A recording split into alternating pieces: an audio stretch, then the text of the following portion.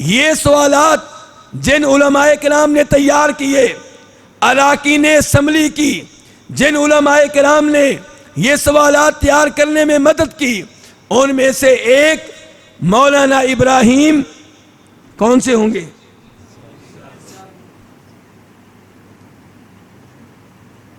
نہیں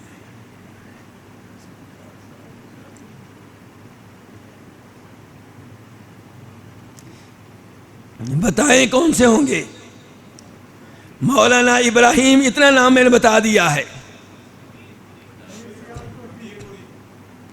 مولانا ابراہیم کمیر پوری،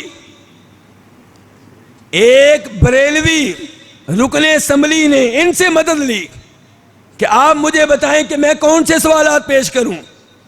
تو مولانا ابراہیم کمیر پوری اس کام کے لیے اسلام آباد گئے، اور وہاں پہ دیگر بھی کئی علماء کرام تھے. تو مرزا ناصر سے کئی دن سوالات ہوتے رہے. مولانا ابراہیم کمیر پوری فرماتے ہیں، ایک سوال مرزا ناصر سے یہ تھا کہ تم کہتے ہو کہ مرزا غلام احمد قادیانی نبی علیہ الصلوۃ والسلام کا تابع نبی ہے، آپ کے درجے کا نبی نہیں ہے، آپ کے تابع نبی ہے. جبکہ مرزا غلام احمد قادیانی کے سامنے ایک آدمی نے ایسے اشعار پڑھے جن کا مطلب یہ تھا کہ یہ تو تمام نبیوں پہ سبقت لے گیا ہے. اس نے یہ اشعار سنے اور اشعار پڑھنے والے کو غلط قرار نہیں دیا، بلکہ اس کی حوصلہ افزائی کی. اور یہ واقعہ ہم بیان نہیں کرتے، یہ واقعہ تمہارے میگزین میں موجود ہے، تمہارے اخبار میں موجود ہے. مولانا ابراہیم کمیر پوری کہتے ہیں، یہ سوال میرے ذریعے بھی بھیجا گیا، لیکن یہ سوال کسی اور نے بھی بھیج دیا. جس نے بھیجا اس نے اخبار کا نام غلط لکھا، اخبار کا نام لکھ دیا الفضل. کیا لکھا؟ لکھنا تھا بدر، اخبار کا نام لکھنا تھا بدر، لیکن لکھا گیا الفضل. تو مرزا ناصر کو موقع مل گیا، اس نے کہا دیکھو کتنی تہمتیں لگاتے ہیں ہمارے اوپر، یہ اخبار جس کا نام لکھا گیا ہے یہ تو ہمارے مرزا صاحب کے فوت ہونے کے بعد شروع ہوا ہے، یہ تو ان کی زندگی میں اس کا وجود ہی نہیں تھا. تو مولانا ابراہیم کمیر پوری کہتے ہیں کہ میں نے معاملے کی حقیقت واضح کی، اور جب اگلا سیشن ہوا تو اٹارنی جنرل نے کہا مرزا صاحب ہمارے سوال کا جواب تو آپ نے دیا تھا، لیکن ابھی اطمینان نہیں ہوا. آپ نے یہ تو کہہ دیا کہ فضل اخبار میں ایسی کوئی بات نہیں چھپی، فضل اخبار کا وجود مرزا غلام احمد قادیانی کی زندگی میں نہیں تھا، لیکن کیا آپ اس واقعے کی نفی تمام اخبارات سے کر سکتے ہیں؟ تو مرزا ناصر نے کہا بالکل، میں اعلان کرتا ہوں ایسا کوئی واقعہ ہمارے کسی اخبار میں درج نہیں ہوا، کسی کتاب میں موجود نہیں ہے. تو تب اسے بتایا گیا کہ یہ ہے تمہارا بدر اخبار 1902 کا، اس میں یہ واقعہ موجود ہے. اور یہ بات سننے کے بعد مرزا ناصر لاجواب ہو گیا، اور اس کے بعد اس نے سوال و جواب کا سلسلہ جاری رکھنے سے معذرت کر لی، اور پھر قومی اسمبلی نے متفقہ طور پہ قادیانیوں کو کافر اور غیر مسلم قرار دیا. بتانے کا مقصد یہ ہے میرے بھائیوں کہ جیسے ان کو کافر قرار دینے میں، ان کی حقیقت کو واضح کرنے میں دوسرے مکاتب فکر کا کردار ہے، اللہ کے فضل و کرم سے ایسے ہی علماء اہل حدیث کا کردار ہے. مولانا ابراہیم کمیر پوری اکیلے نہیں ہیں، بلکہ 1974 کی تحریک ختم نبوت میں علامہ احسان اللہ ظہیر رحمہ اللہ، حافظ عبدالقادر روپڑی، مولانا محمد حسین شیخ پوری، مولانا معین الدین لکھوی اور دیگر کئی ایک علماء اہل حدیث کا کردار بڑا ہی شاندار ہے. ضرورت اس بات کی ہے کہ ہم ان علماء کی نقش قدم پہ چلتے ہوئے اس فتنے کے خاتمے کے لیے اپنا کردار ادا کرتے رہیں، اور اپنے بچوں کو اس معاملے میں بار بار تنبیہ کرتے رہیں، وارننگ دیتے رہیں. کیونکہ جب ہمارے بچے یونیورسٹیوں میں پہنچتے ہیں، کالجوں میں پہنچتے ہیں، تو وہاں پہ کئی دفعہ ایسے لوگ موجود ہوتے ہیں جو قادیانی ہوتے ہیں یا قادیانیوں کے بارے میں نرم گوشہ رکھنے والے ہوتے ہیں۔ اللہ رب العزت سے دعا ہے کہ اللہ رب العزت ہمیں اس فتنے سے محفوظ رکھے، اور اللہ تعالی ہمیں صحیح معنوں میں نبی علیہ الصلوۃ والسلام پہ اور آپ کی ختم نبوت پہ ایمان لانے کی توفیق بخشے۔ اس بارے میں جو شکوک و شبہات ہیں ان کے بارے میں جاننے کی، ان کے بارے میں پڑھنے کی اور ان کا ازالہ کرنے کی توفیق عنایت فرمائے۔ میں شاید اس موضوع پہ مزید گفتگو کرتا، لیکن آپ کے سوالوں کا انتظار کروں گا۔ کوئی سوال آیا تو اس میں انشاءاللہ میں جواب دوں گا۔ بارک اللہ فیکم۔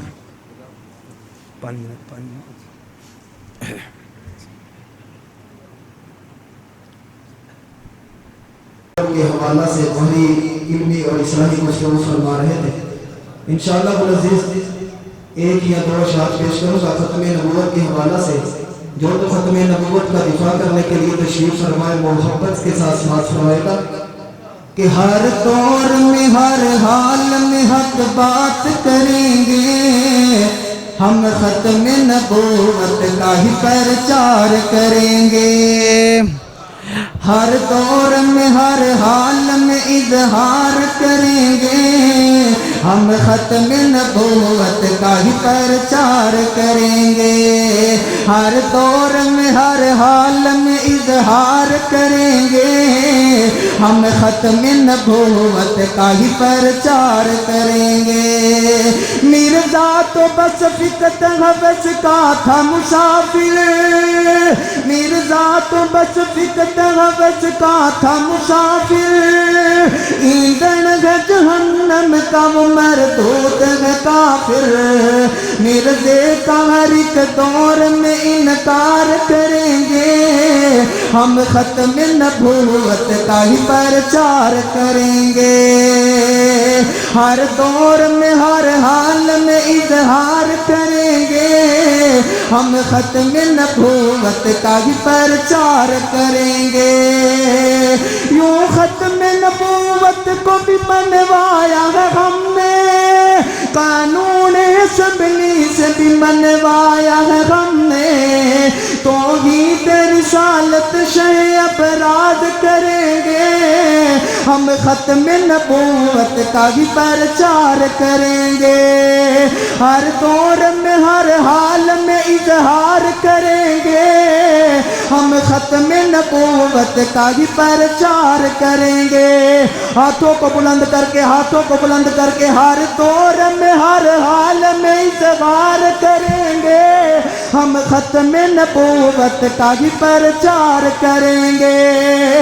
ہر دور میں ہر حال میں اظہار کریں گے، ہم ختم نبوت کا بھی پرچار کریں گے۔ السلام علیکم۔ ماشاءاللہ، اب اگر کسی بھائی کا سوال ہے تو وہ کر سکتے ہیں۔ کہ نبی علیہ السلام کے بعد کوئی نبی نہیں ہے، تو عیسیٰ علیہ السلام تو آسمانوں سے نازل ہوں گے اور وہ نبی ہوں گے، تو کیا کہتے ہیں آپ اس بارے میں؟ اللہ آپ کو جزائے خیر دے۔ نبی علیہ السلام فرماتے ہیں والذی نفسی بیدی لیوشکن ان ینزل فیکم ابن مریم حکما مقسطا، کہ اللہ کی قسم اٹھا کے کہتا ہوں کہ عیسیٰ علیہ السلام نازل ہوں گے، لیکن انصاف کرنے والے حکمران بن کر۔ یہ نہیں کہا کہ نبی بن کر، انصاف کرنے والے حکمران بن کر آئیں گے، اور انصاف کریں گے کس کی شریعت کے مطابق؟ نبی علیہ السلام کی شریعت کے مطابق۔ تو ان کا یہ نزول بطور نبی نہیں ہوگا، بطور امتی ہوگا۔ ہاں جی، کوئی سوال ہو آپ میں سے کسی کا؟ چلیں پھر، آپ سوال نہیں کرتے، میں قادیانیوں کا سوال پیش کر دیتا ہوں آپ کے سامنے۔ قادیانی کہتے ہیں کہ جب تک زمین پہ فساد باقی ہے، نبی کی ضرورت باقی ہے۔ یا تو یہ کہو کہ زمین میں فساد نہیں ہے. اگر زمین پہ فساد موجود ہے تو نبی کی ضرورت بھی موجود ہے. تو کیا کہتے ہیں آپ اس بارے میں؟ بھائی ان کی یہ بات ٹھیک ہے کہ فساد موجود ہے تو نبی کی ضرورت موجود ہے، تو نبی موجود ہیں. جناب محمد رسول اللہ صلی اللہ علیہ وسلم کی نبوت قیامت تک کے لیے ہے، اور آپ کے پہ نازل کردہ قرآن محفوظ ہے. اللہ نے اسی لیے آپ پہ نازل کردہ قرآن کو محفوظ رکھا ہے کہ آپ کے بعد کوئی نبی نہیں آئے گا. چلیں جی، تیسرے نمبر پہ قادیانی کہتے ہیں، آپ تو کچھ کہتے نہیں، چلیں میں بتاتا ہوں قادیانی کہتے ہیں. وہ کہتے ہیں کہ دیکھیں موسیٰ علیہ السلام آئے تو ان کے بعد کئی چھوٹے چھوٹے نبی آتے رہے. ہر نبی بڑا ہوتا ہے لیکن موسیٰ علیہ السلام کے مقابلے میں چھوٹے چھوٹے نبی آتے رہے. اور یہ بخاری شریف سے ثابت ہے کہ بنی اسرائیل کی قیادت انبیاء کرام کرتے تھے علیہم الصلوۃ والسلام. کلما ہلک نبی خلفہ نبی، ایک نبی فوت ہوتا اس کی جگہ پہ دوسرا نبی آ جاتا. تو قادیانی کہتے ہیں اگر ہم یہ کہیں کہ امت محمد کے ایک ہی نبی ہیں، چھوٹے چھوٹے نبی نہیں ہیں، تو اس کا مطلب یہ ہوا کہ موسیٰ علیہ السلام کی قوم ہم پہ نمبر لے گئی، آگے نکل گئی. تو کیا کہتے ہیں آپ اس بارے میں؟ اللہ رب العزت نے یہ سلسلہ ہماری امت میں بھی قائم و دائم رکھا ہے، لیکن بنی اسرائیل میں رسول کے بعد نبی آتے تھے، ایک نبی کے بعد دوسرا، تیسرا، چوتھا، پانچواں. ہمارے نبی کی باری آئی صلی اللہ علیہ وسلم تو کہتے ہیں ان العلماء ورثۃ الانبیاء، کہ اس امت کے علماء نبیوں کے وارث ہیں. تو اللہ کے فضل و کرم سے نبی علیہ الصلوۃ والسلام کا پیغام علماء کرام لوگوں تک پہنچا رہے ہیں. انبیاء کرام علیہ الصلوۃ والسلام کی طرح نیکی کا حکم دینا، برائی سے روکنا، شرک سے روکنا، توحید کی دعوت دینا، یہ کام اللہ کے فضل و کرم سے علماء کرام کر رہے ہیں. یہ بھائی کا سوال یہ ہے کہ کیا قادیانی کافر ہیں کہ مرتد ہیں؟ جی حاجی صاحب کہتے ہیں کہ قادیانی کافر بھی ہیں مرتد بھی ہیں. بات صحیح ہے. بھائی کے سوال کا مقصد یہ تھا کہ یہ صرف کافر ہیں یا ایسے کافر ہیں جن کو مرتد کہا جائے گا.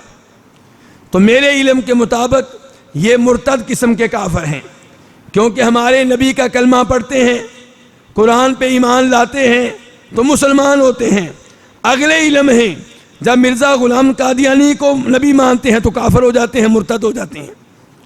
تو یہ مرتد قسم کے کافر ہیں. لیکن میری بات سن کے کسی قادیانی کو پکڑ کے اس پہ حملہ نہ کر دیں. حکومت موجود ہے، قانون کو ہاتھ میں لینے کی اجازت نہیں ہے. جی کوئی اور سوال ہو کسی کا؟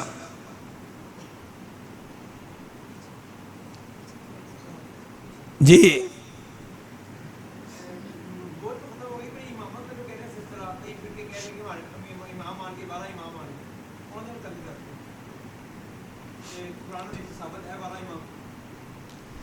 بھائی کہتے ہیں کہ نبوت کا سلسلہ تو ختم ہوا، آپ کے بعد کوئی نبی نہیں آئے گا، لیکن 12 اماموں کے بارے میں کیا کہتے ہیں؟ نبی علیہ الصلوۃ والسلام نے ایک حدیث میں ارشاد فرمایا ہے کہ میرے بعد 12 ایسے امام آئیں گے جن کے زمانے میں اسلام غالب رہے گا، اسلام غالب رہے گا. تو وہ 12 امام ابو بکر صدیق سے آپ شروع ہو جائیں تو آپ جب 12 تک پہنچیں گے گنتی پوری ہو جائے گی. لیکن جن کی طرف آپ نے اشارہ کیا ہے وہ کہتے ہیں کہ 12 اماموں میں سے پہلے امام ابو بکر نہیں ہیں. پہلے امام کون ہیں؟ علی، دوسرے حسن، تیسرے حسین، چوتھے زین العابدین، اور اسی طرح ان کی نسل میں یہ 12 امام پورے ہو جائیں گے. اور 12واں امام جو ہے وہ ویسے بھی غائب ہو چکا ہے. اور امام سے مراد وہ کیا لیتے ہیں؟ یہاں امام سے مراد کیا مسجد کے امام صاحب ہیں؟ کیا مراد ہیں؟ خلیفہ، وقت کا بادشاہ. اسی لیے علماء حق خبردار کرتے ہیں، وہ کہتے ہیں کہ سنی لوگ، اہل حدیث لوگ یا تو ابو بکر کو بھی امام کہیں، عمر کو بھی امام کہیں، عثمان کو بھی امام کہیں، پھر جناب علی کو بھی امام کہہ لیں. لیکن ابو بکر کو امام نہ کہنا، عمر کو امام نہ کہنا، عثمان کو امام نہ کہنا، جناب علی کو، حسن کو، حسین کو امام کہنا، یہ سوچ کسی اور کی ہے. یہ ان کی سوچ ہے جو کہتے ہیں کہ ابو بکر خلافت کے حقدار نہیں تھے، عمر خلافت کے حقدار نہیں تھے، عثمان خلافت کے حقدار نہیں تھے، اس لیے وہ امام نہیں ہیں، علی امام ہیں. اور ہمارے اہل حدیث بھی یہی کہتے ہیں، ابو بکر کو ابو بکر کہیں گے، جناب علی کی باری آئے گی تو امام علی، حسن کی باری آئے گی تو امام حسن، حسین کی باری آئے گی تو امام حسین. یا سب کو امام کہیں یا کسی کو بھی امام نہ کہیں. تو بہرحال یہ 12 امام جن کو وہ معصوم کہتے ہیں اور کئی دفعہ ان کا مقام و مرتبہ نبیوں سے بھی بڑھا دیتے ہیں، تو یہ عقیدہ غلط ہے. معصوم صرف انبیاء کرام علیہم الصلوۃ والسلام ہیں، ان کے علاوہ کوئی بھی معصوم نہیں ہے. البتہ جناب علی کو وہ امام کہتے ہیں، وہ ہمارے بھی امام ہیں. حسن کو وہ امام کہتے ہیں، وہ ہمارے بھی امام ہیں. حسین کو وہ امام کہتے ہیں، ہمارے بھی امام ہیں. زین العابدین کو امام کہتے ہیں، ہمارے بھی امام ہیں، بلکہ ہمارے ہی امام ہیں، کیونکہ ان کی تعلیمات پہ چلنے والے ہم ہیں. ان کا عقیدہ ہمارا عقیدہ ہے. وہ مشرک نہیں تھے، وہ شرک کرنے والے نہیں تھے، وہ ایک اللہ کو مشکل کشا مانتے تھے، وہ ابو بکر کو خلیفہ مانتے تھے، وہ عمر کو خلیفہ مانتے تھے، وہ عثمان کو خلیفہ مانتے تھے. اس لیے وہ ہمارے امام ہیں، ان کے امام کہاں ہیں؟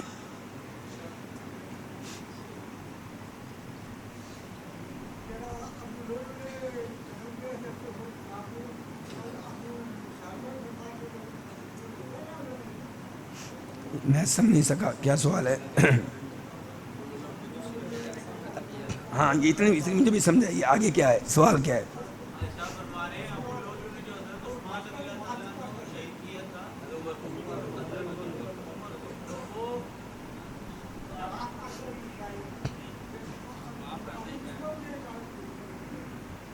ابو لولو نے قتل کیا تھا جناب عمر کو. حاجی صاحب کہتے ہیں کیا انہوں نے اس کو معاف کر دیا تھا؟ یہ سوال ہے. نہیں، معاف ہونے کے بارے میں کوئی روایت نہیں ملتی، ایسی کوئی روایت میرے علم میں نہیں ہے.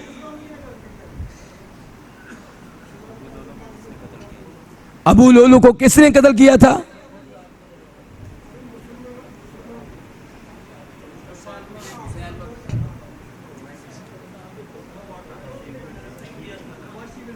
وہ واشی تھا جس نے مسلمہ کذاب کو قتل کیا، وہ واشی تھا، واشی بن حرب.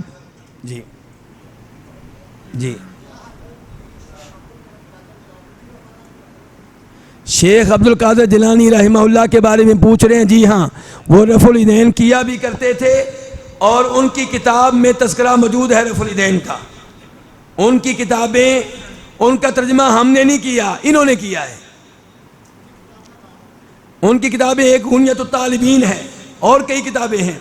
تو ان میں جب آپ نماز کا طریقہ پڑھیں گے تو وہ آمین کا تذکرہ بھی کریں گے، رفع الیدین کا تذکرہ بھی کریں گے. جی ہاں.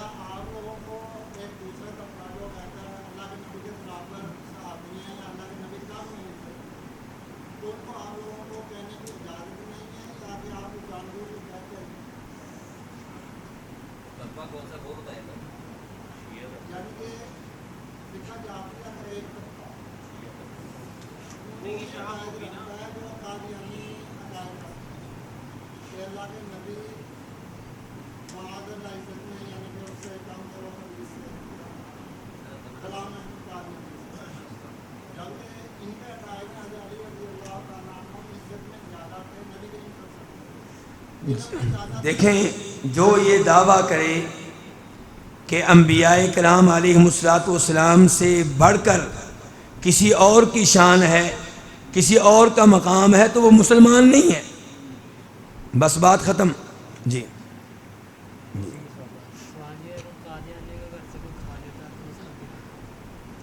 قادیانیوں کے گھر سے کھانا کھانا، دیکھیں اگر تو گوشت ہے اور قادیانیوں نے جانور ذبح کیا ہے تو وہ گوشت مردار ہے، اسے کھانے کی اجازت نہیں ہے. اور اگر کوئی اور کھانا ہے تو پھر دیکھنا پڑے گا کہ آپ ان کے گھر سے کھانا کیوں کھاتے ہیں. اگر آپ ان کے گھر سے کھانا اس لیے کھاتے ہیں کہ آپ ان کو تبلیغ کر رہے ہیں، آپ ان کو قریب کر رہے ہیں، آپ حق واضح کر رہے ہیں، تو کوئی بات نہیں، کوئی حرج نہیں ہے. لیکن اگر گونگے بن کر ان کے گھر سے کھانا کھانا ہے، خاموش رہنا ہے، الٹا ان سے متاثر ہونا ہے، تو یہ غلط ہے. کیونکہ آپ کا فرض تھا کہ آپ ان کو سمجھاتے، ان کو روکتے، ان کو ٹوکتے. یہ کام نہیں کر سکے، الٹی آپ ان سے دوستیاں قائم کر رہے ہیں، تو یہ چیز خطرے سے خالی نہیں ہے، یہ غلط ہے. جی ہاں، اچھی بات ہے نہیں، لیکن ایک بات ہے، اگر کوئی آدمی کسی قادیانی کی اصلاح کر سکتا ہے اور اس کے پاس علم ہے تو پھر وہ قادیانی کے قریب ہو، اس کو ٹھیک کرنے کی کوشش کرے. لیکن اگر علم نہیں ہے تو پھر ان سے دور رہیں، ٹھیک کرنے کے بجائے کہیں آپ ٹھیک ہو نہ جائیں.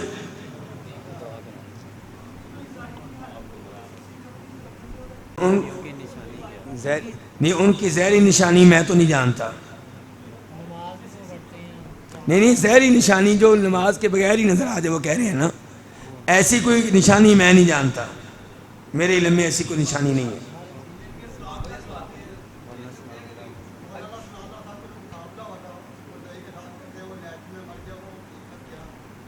نہیں، لیٹرین میں مرنے والی جو بات ہے یہ شاید میں نہ بیان کر سکوں، کسی اور سے پوچھئے گا. یہ جی ان کے مقابلے بڑے ہوتے رہے ہیں، مقابلے ان کے صبح و شام ہوتے رہے ہیں، اس کے اوپر صبح و شام وہ رد کرتے نہیں ہیں، وہ ان کو بددعائیں بھی دیتا رہا ہے اور ان کے مرنے کی اپنی طرف سے بشارتیں بھی دیتا رہا ہے. لیکن اللہ تعالیٰ نے مولانا ثناء اللہ صاحب کو زندگی دی، وہ اس کے بعد تقریباً 40 سال تک زندہ رہے ہیں.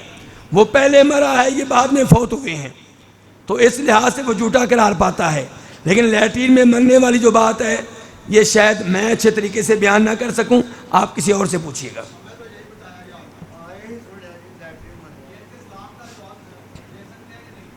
نہیں جی،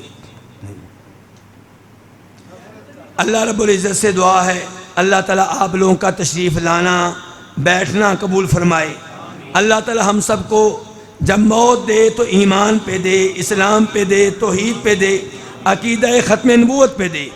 اللہ تعالیٰ ہم میں سے ان لوگوں کو نیک اولاد دے جن کے پاس اولاد نہیں ہے، اور جن کے پاس اولاد ہے اللہ تعالیٰ انہیں اولاد کی صحیح معنوں میں تربیت کرنے کی توفیق دے. یا اللہ ہمارے بچوں کو ہر طرح کے فتنوں سے محفوظ فرما. یا اللہ جن کے پاس بیٹے نہیں ہیں انہیں نیک بیٹے عنایت فرما. یا اللہ جن لوگوں نے آج کے پروگرام کا انعقاد کیا، مولانا عبد المنان صاحب اور مجموع الحسنات کے ساتھی، ان کی کاوشیں اور محنتیں قبول فرما. یا اللہ دین کے لیے ہم سب کو ایسی محنتیں کرنے کی توفیق دے، ہمیں بھی ان کے ساتھ تعامل کرنے کی توفیق دے. یا اللہ جنہوں نے یہ مسجد بنائی، جو اس مسجد کا نظام چلا رہے ہیں، یا اللہ ان کی زندگی میں برکتیں ڈال. یا اللہ پاکستان کی حفاظت فرما. یا اللہ پاکستان کو اسلام کا قلعہ بنا. یا اللہ یہاں پہ شریعت کا نفاذ فرما. یا اللہ شرک و بدعات کا خاتمہ فرما. مظلوم مسلمان جہاں پہ بھی ہیں یا اللہ ان کی مدد فرما. یا اللہ جو مریض ہیں ان کو شفا دے، جو قبروں میں جا چکے ان کی قبریں منور فرما، ان کی قبریں کشادہ فرما، انہیں عذاب قبر عذاب جہنم سے محفوظ فرما، انہیں جنت میں اعلیٰ مقام عنایت فرما۔ یا اللہ روز قیامت نبی علیہ السلام کے جھنڈے کے نیچے کھڑا کرنا، آپ کے حوض سے پانی پینے کی توفیق دینا، یا اللہ آپ کی شفاعت کا حقدار بنانا، یا اللہ عذاب قبر عذاب جہنم سے بچا کر ڈائریکٹ جنت میں داخلہ دینا۔ یا اللہ ہم پہ رحم فرما، ہم پہ اپنا کرم فرما، اپنا فضل فرما۔ یا اللہ ہمارے گناہوں کی طرف نہ دیکھ، اپنی رحمت کی طرف دیکھ۔ یا اللہ مکہ مدینہ سب مسلمانوں کے لیے اس کے راستے کھول دے۔ یا اللہ ہم سب کو حج عمرہ کرنے کی توفیق دے اور بار بار توفیق دے۔ وصلی اللہ تعالی علی نبینا محمد وعلی آلہ وصحبہ اجمعین۔